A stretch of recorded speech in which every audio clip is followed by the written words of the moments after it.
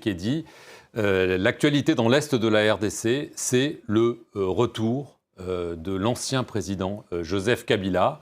Il a affirmé être prêt au sacrifice suprême. Est-ce que c'est une bonne nouvelle pour la RDC ou est-ce que vous craignez le pire? Sa déclaration m'avait tout à fait déçu, puisque je crois qu'après ce qui s'était passé en 2018, où nous savons très bien que c'était un deal à l'africaine, comme l'avait dit le ministre des Affaires étrangères française, M. Le Drian. Ces deals, on ne nous a jamais dit en réalité, il s'agissait de quoi? Nous savons que ce n'est pas Félix Tshisekedi qui avait gagné les élections.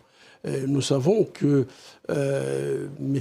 Kabila a choisi en fait son successeur.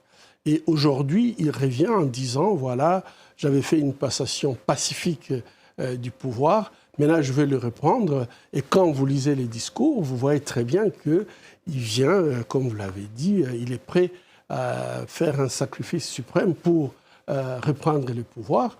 Moi, je me dis, c'est quelle façon d'agir? Est-ce que le Congo appartient à des individus? Ils devraient d'abord présenter les excuses aux Congolais, parce que je crois que ce qui s'était passé n'était pas normal, que le peuple vote et que vous décidez de faire un deal. Deuxièmement, je pense qu'il devrait expliquer au peuple congolais quel était le contenu de cet accord qu'il a fait avec Félix Tshisekedi. Il dit qu'il le fera après, mais c'est maintenant, c'était l'opportunité de pouvoir expliquer.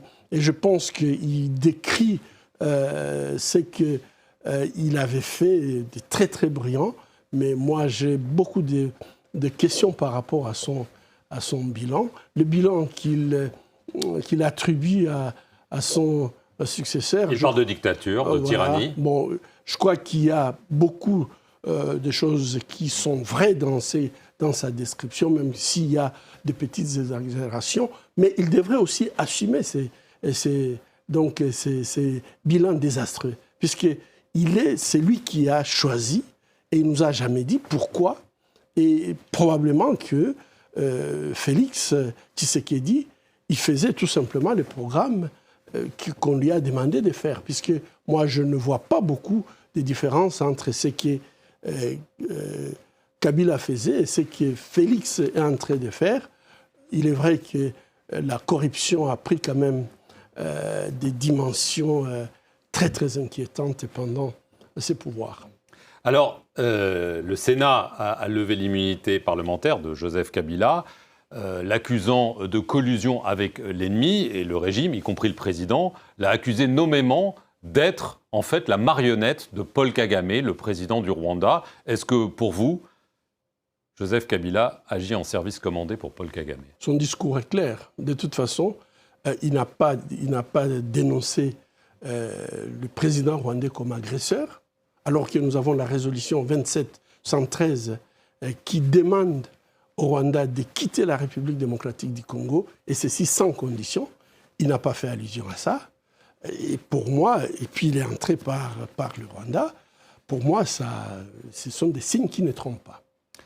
Donc je dois dire que ce qu'il est en train de faire, c'est du déjà vu. La situation dans l'Est de la RDC, il y a, d'après le programme alimentaire mondial, 10 millions de personnes confrontées à la faim aiguë. Ça, c'est la situation humanitaire. Il y a la situation des droits de l'homme. Amnesty vient, dans un rapport, d'affirmer que les rebelles du M23, soutenus par le Rwanda, tuent, torturent, font disparaître des détenus. Vous avez évidemment vos contacts à Bukavu et j'imagine ailleurs dans l'Est. Comment est-ce que vous décrivez la situation à l'heure actuelle? La situation humanitaire dans l'Est du Congo est dramatique.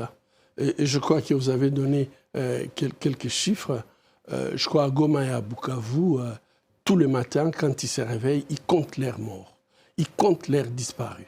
Leurs morts de faim ou leurs morts exécutés? Morts exécutés, morts enlevés, des cadavres qu'on retrouve sur leur passage. Et donc, je crois que ce qui est en train de se passer à Goma et à Bukavu corrobore très bien les rapports d'Amnesty International, les tortures, les photos que moi je vois ou les vidéos que je vois des tortures de personnes. En fait, ces personnes, même si on les laisse en vie, le fait de les frapper, ça détruit complètement leurs muscles qui, malheureusement, ces personnes vont mourir des insuffisances. C'est qui? C'est le M23, le Rwanda?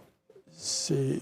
Les Ouazalendo, les milices pro-gouvernementales? Aujourd'hui, je crois que la région est occupée par l'armée rwandaise, par les M23, les Ouazalendo occupent les terrains. Et je trouve que... L'armée congolaise. L'armée congolaise aussi. Et je pense que cette situation est tout simplement inacceptable. C'est un échec de Félix Tshisekedi. Il a promis diverses alliances militaires. Il y a eu l'état de siège. Enfin, il semble un petit peu tâtonner. Et le résultat, c'est quoi? Je pense que là, il faut être clair. C'est un échec sécuritaire cuisant, puisque, en fait, cette militarisation de l'Est, d'abord par l'externalisation de nos services de sécurité, a été un échec. Et on se retrouve dans une situation de surmilitarisation. Et du côté congolais, c'est comme si le commandement devient pratiquement impossible. Alors, il y a beaucoup d'initiatives de paix africaines, le Qatar, les États-Unis, dernièrement, déclaration de principe entre le ministre rwandais des Affaires étrangères et le ministre de RDC des Affaires étrangères. Est-ce que vous y croyez ou est-ce que ça ajoute encore de la confusion à la confusion dont on vient de parler? Je pense que si ce n'est pas coordonné, ça va donner le même résultat. Il faudrait absolument qu'il y ait une coordination de toutes ces initiatives de paix. Il faut plutôt envisager des discussions dans une forme de conférence internationale où tous les acteurs, tous ceux qui sont intéressés par ce qui se passe dans la région, peuvent venir autour d'une table et pouvoir discuter des questions que, par exemple, les États-Unis sont en train de proposer. Je veux juste en venir à votre situation. Hein. Vous avez donc, comme je l'ai dit, plongé dans le bain politique. L'élection présidentielle en 2023, ça ne s'est pas bien passé. Vous avez fait un score très faible. Est-ce que ça vous a vacciné contre la politique? Est-ce que vous allez continuer à soigner? Là, vous ne pouvez pas rentrer, je pense, parce que vous êtes menacé. Qu'est-ce qui va se passer à l'avenir pour vous, Denis Mukwege? Moi, je suis engagé pour les vulnérables. Je suis engagé pour la paix et la justice. Et je pense que chaque fois que mon peuple m'appellera pour ces questions, je répondrai toujours présent. Y compris en politique? Je répondrai toujours présent si c'est l'appel de mon peuple pour résoudre les questions relatives à la justice, à la paix et lutter contre la vulnérabilité. Ça, je le ferai. C'est un engagement que j'ai.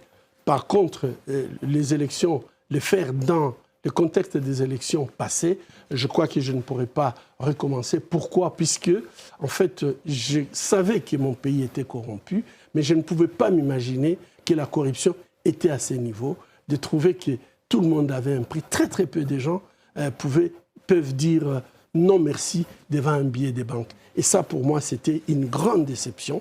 Et je pense qu'il faut des règles qui permettent à ce que la démocratie puisse s'installer et pas faire des élections de façade. Je pense que la vie des Congolais a une valeur. La vie des Congolais, c'est une vie humaine qui devrait être protégée comme toutes les autres vies humaines. Aujourd'hui, nous ne savons plus compter les millions de morts au Congo puisque ça n'intéresse personne. C'est une crise, un des conflits le plus négligé et une crise humanitaire oubliée. Et ça, c'est triste. Oubliée tout simplement, crise oubliée puisqu'il n'y a pas de médias. Les bébés qui meurent au Congo, on ne voit pas leurs photos comme ce qu'on voit dans d'autres conflits. Et il n'y a pas d'aide humanitaire. Au mois de mars, le plan humanitaire pour la République démocratique du Congo était financé seulement à 8,2%. C'est pas énorme. Et il n'y a pas la volonté politique, puisque s'il y avait la volonté politique, les diplomates européens, dernièrement Boulos, il a dit « Nous avons tous les outils pour mettre fin à cette crise si c'est nécessaire ». Et nous, aujourd'hui, nous nous posons la question, si c'est nécessaire, ça veut dire quoi? Quand il y a autant de morts, autant une crise humanitaire de cette dimension, quand il y a 26 millions de personnes qui peuvent mourir de faim, risque d'une escalade régionale. Qu'est-ce qu'on attend pour isoler un pays agresseur, un pays qui viole les droits internationaux et humanitaires, un pays qui viole les droits, qui viole la Charte des Nations Unies, un pays qui viole la Charte de l'Union africaine? Je pense que lorsqu'on parle d'isoler des pays agresseurs, il ne faut pas faire les doubles standards. Il faut les isoler pour que l'ordre international puisse survivre. Aujourd'hui, en utilisant les doubles standards, nous sommes en train de détruire la capacité que nous avions acquise d'une protection collective internationale. Nous sommes en train de la détruire après la Seconde Guerre mondiale et on ne donne pas une proposition de ce qui peut le remplacer. En conclusion, est-ce que vous allez rentrer à Bukavu pour continuer à soigner? Dès que je peux, je le ferai.